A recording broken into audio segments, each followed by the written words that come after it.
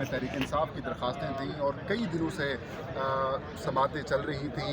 5 رکنی بینچ 4 رکنی میں تبدیل ہوا اور پھر آخر میں 3 رکنی بینچ نے اس تمام تر جو کیس ہے اس کو کنکلوڈ کیا اور آج فیصلہ محفوظ کر لیا گیا. میرے ساتھ موجود ہیں 92 ٹی وی کے سینئر اینکر پرسن جناب اسد اللہ خان صاحب. ان سے بھی پوچھتے ہیں کہ آج بنیادی طور پر کیا کارروائی ہوئی ہے اور کیا اب اس تمام تر صورتحال کے بعد کیا الیکشنز ہوتے ہوئے ان کو نظر آ رہے ہیں. اسد بھائی، 6 دن سماعت چلی، 5 رکنی بینچ تھا، پھر 4 بنا، 4 سے اب 3 بنا، 3 نے اپنی سماعتیں مکمل کر لی ہیں. اب جو کچھ ظاہر اندازہ یہ ہو سکتا ہے کہ جو ریمارکس ججز کی طرف سے آئے یا پھر جو وکلاء کے دلائل آئے، تو آپ کیا کہتے ہیں کہ الیکشنز ہو جائیں گے سپریم کورٹ کے فیصلے کے بعد بھی؟ دیکھیں فہیم بھائی، آج کی سماعت کو ویسے تو پہلے تو ہم ذرا آج کی سماعت کو دیکھ لیتے ہیں نا. آج کی سماعت کو آپ 3 حصوں میں تقسیم کر سکتے ہیں. ایک وہ جو بائیکاٹ والا معاملہ تھا جو ہم پہلے سے اینٹیسپیٹ کر رہے تھے اور جس کی وجہ آج صبح یہ پورا یہاں پہ شور شرابہ ڈرامہ کانسٹیٹیوشن ایونیو پر لگا بھی ہوا تھا کہ جی بائیکاٹ ہو رہا ہے، پتہ نہیں کیا ہوگا. تو وہاں پر کمرہ عدالت میں آ گیا تو انہوں نے کہا جی ہم نے تو بائیکاٹ کا اعلان ہی نہیں کیا، ہم نے تو عدم اعتماد کا اظہار کیا ہے. تو سپریم کورٹ نے اس کو ٹرانسلیٹ کیا. انہوں نے کہا کہ عدم اعتماد کا اظہار بھی بائیکاٹ ہی ہوتا ہے، یہ اور کیا ہوتا ہے. تو آپ نے چونکہ عدم اعتماد کا اظہار کر دیا ہے تو اسی بینچ سے آپ اس کو سنانا پھر کیا چاہتے ہیں، تو سنا ہی نہیں ان کو. ایک بات تو یہ ہو گئی. دوسرا جو معاملہ تھا وہ پھر اٹارنی جنرل کی بحث وہ جو پہلے سے چل رہی ہے اور عرفان قادر صاحب دونوں کے آپ دیکھ لیں کہ جی یہ فل کورٹ ہونی چاہیے. 4-3 کا فیصلہ تھا جی، ایک نیا بینچ بنا دیں جی، لارجر چلے بنا دیں، پھر وہ 6 رکنی بینچ بنا دیں جن 9 کے علاوہ جو باقی 6 بچتے ہیں ان کو بنا دیں. اس طرح کی چیزیں ہوتی رہی ہیں تو وہ سارے مطالبات رد کر دیے گئے. تیسری جو چیز تھی وہ مین جو کرکس تھا یا جس پر بیسکلی بات ہونی چاہیے تھی وہ یہی ہے کہ جی پیسے کہاں سے آئیں گے اور سیکورٹی کہاں سے آئے گی. اس کے لیے کمیشن کا اختیار بھی تو تھا نا کہ اس نے جو ڈیٹ آگے کی ہے وہ بھی تو جی ہاں وہ تو پہلے ہو چکی ہے نا، اس پر ڈیٹیل سے ڈسکشن ہو چکی ہے. سجیل سواتی کر چکے ہوئے ہیں اس پر تو بات نا. وہ آج چلیں تھوڑا سا ڈسکس تو ہوا لیکن میجرلی جو آج چونکہ سیکرٹری دفاع کو بلایا گیا تھا اور سیکرٹری خزانہ کو بلایا گیا تھا تو آج میجر بنیادی طور پر تو یہ ہیئرنگ ہونی تھی نا کہ ان کا پوائنٹ آف ویو سنا جائے. تو اس میں جو سیکرٹری دفاع انہوں نے تو آگے کہہ دیا کہ چونکہ یہ بڑے سینسیٹیو معاملات ہیں تو اس کو ان کیمرہ لے جائیں یا انہوں نے کہا اچھا آپ تحریری طور پر دے دیں، ہم اس کو پڑھ لیں گے ان کیمرہ فائل کو پھر سیلڈ کر کے دوبارہ واپس کر دیں گے. انہوں نے کہا کہ نہیں آپ نے لکھنے تحریری کیا، ہم آپ کو زبانی بریف کر دیتے ہیں. انہوں نے کہا نہیں زبانی اب کوئی بات نہیں ہوگی، ہمیں آپ تحریری طور پر دیں، اگر اس میں کوئی سوالات ہوں گے تو وہ ہم آپ سے پھر پوچھ لیں گے. اچھا دوسرا اس معاملے میں جو پیسوں والا معاملہ ہے اس میں تو سپریم کورٹ کنونس نظر آتی ہے کہ اتنی بڑی ریاست کے لیے اسٹیٹ کے لیے 20 ارب روپیہ از اے پینٹ.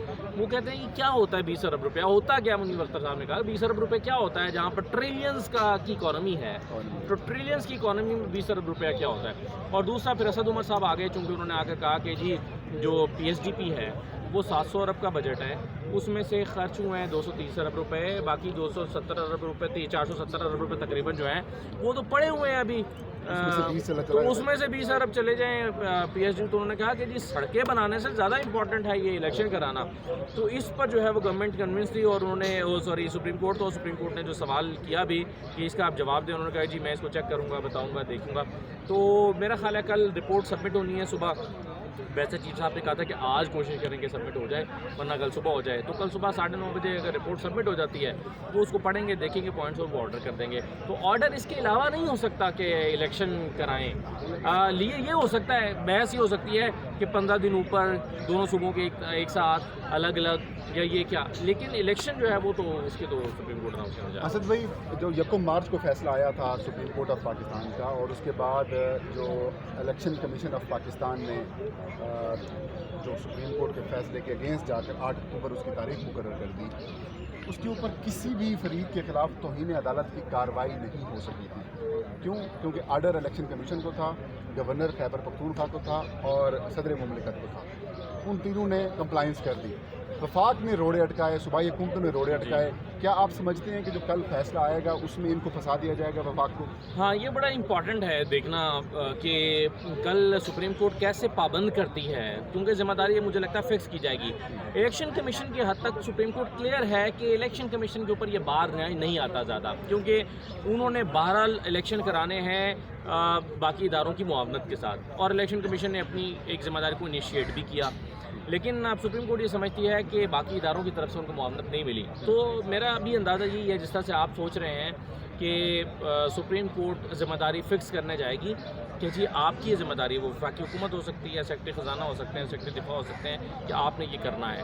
یہ ذمہ داری اس لیے فکس کرنا ضروری ہے کہ کوئی اکاؤنٹیبل تو بعد میں ٹھہرایا جا سکے نا. کسی پر توہین عدالت اگر لگنی ہے تو وہ پھر پتہ چلے کہ کس کے خلاف لگنی ہے اور کس نے آرڈر نہیں مانا، کس نے کے آرڈر کی خلاف ورزی کی ہے. سوال یہ پیدا ہوتا ہے کہ کیا سیکرٹری خزانہ یا سیکرٹری دفاع یہ وزن اپنے کاندھوں پہ لے سکتے ہیں کہ وہ انکار کر دیں؟ وزیر اعظم کے اوپر ہے. ہاں، تو یہ بات جاتی ہے وزیر اعظم. اچھا، ایک اور انٹرسٹنگ چیز جو میں نے آج کی ہیئرنگ کے اندر جو دیکھا، آپ تو ڈے ون سے میں بھی اور آپ بھی کور کر رہے ہیں، سجیل شہریار سواتی الیکشن کمیشن کے پہلے وکیل تھے. انہوں نے ان سے جسٹس جمال خان مندوخیل نے ایک سوال کیا تھا کہ آپ نے سپریم کورٹ کے یکم مارچ والے فیصلے کو کس طرح ریڈ کیا. انہوں نے کہا ہماری انڈرسٹینڈنگ کے مطابق یہ 3-2 تھا. آج عرفان قادر صاحب جو کہ الیکشن کمیشن کے دوسرے وکیل ہیں، انہوں نے کہا نہیں 4-3 کا فیصلہ تھا اور یہ تو اقلیتی فیصلہ تھا، اکثریتی فیصلہ تھا نہیں.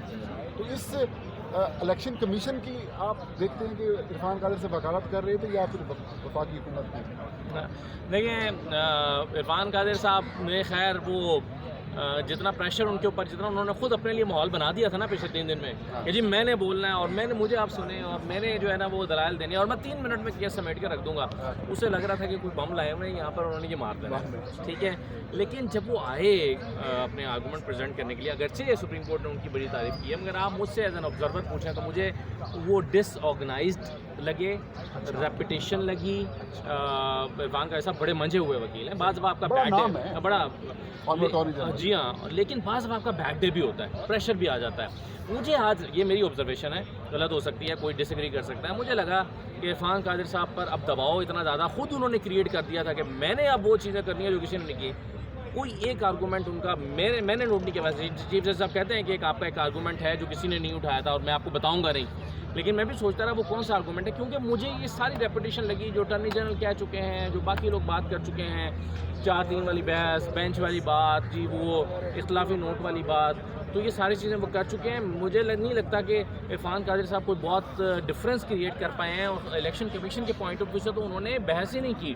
آپ دیکھیں نا الیکشن کمیشن کا جو نقطہ نظر تھا، الیکشن کمیشن کی ایسی باتیں کر سکتا ہے کہ سیاسی جماعتیں زیادہ والوں کو حق دیں. جی ہاں بالکل. دیکھیں نا اب الیکشن کمیشن اور عرفان قادر صاحب نے جو ان کی آپ سارے آرگومنٹس کو دیکھ لیں، ابھی میں اس کو ان کے پوائنٹ وائز اس کو ایکسپلین بھی کروں گا ویڈیو میں اپنی بھی، لیکن اس میں جتنے انہوں نے آرگومنٹ دیے ہیں وہ ایسا لگ رہا ہے کہ پورے کیس کے جنیرک پوائنٹس کو کور کر رہے ہیں کہ جی یہ 4-3 کا ہے یا نہیں ہے، یہ 3-2 کا ہے یا نہیں ہے، پھر یہ کہ بینچ کیسے بننا چاہیے، پھر قاضی فیصلہ کی ججمنٹ.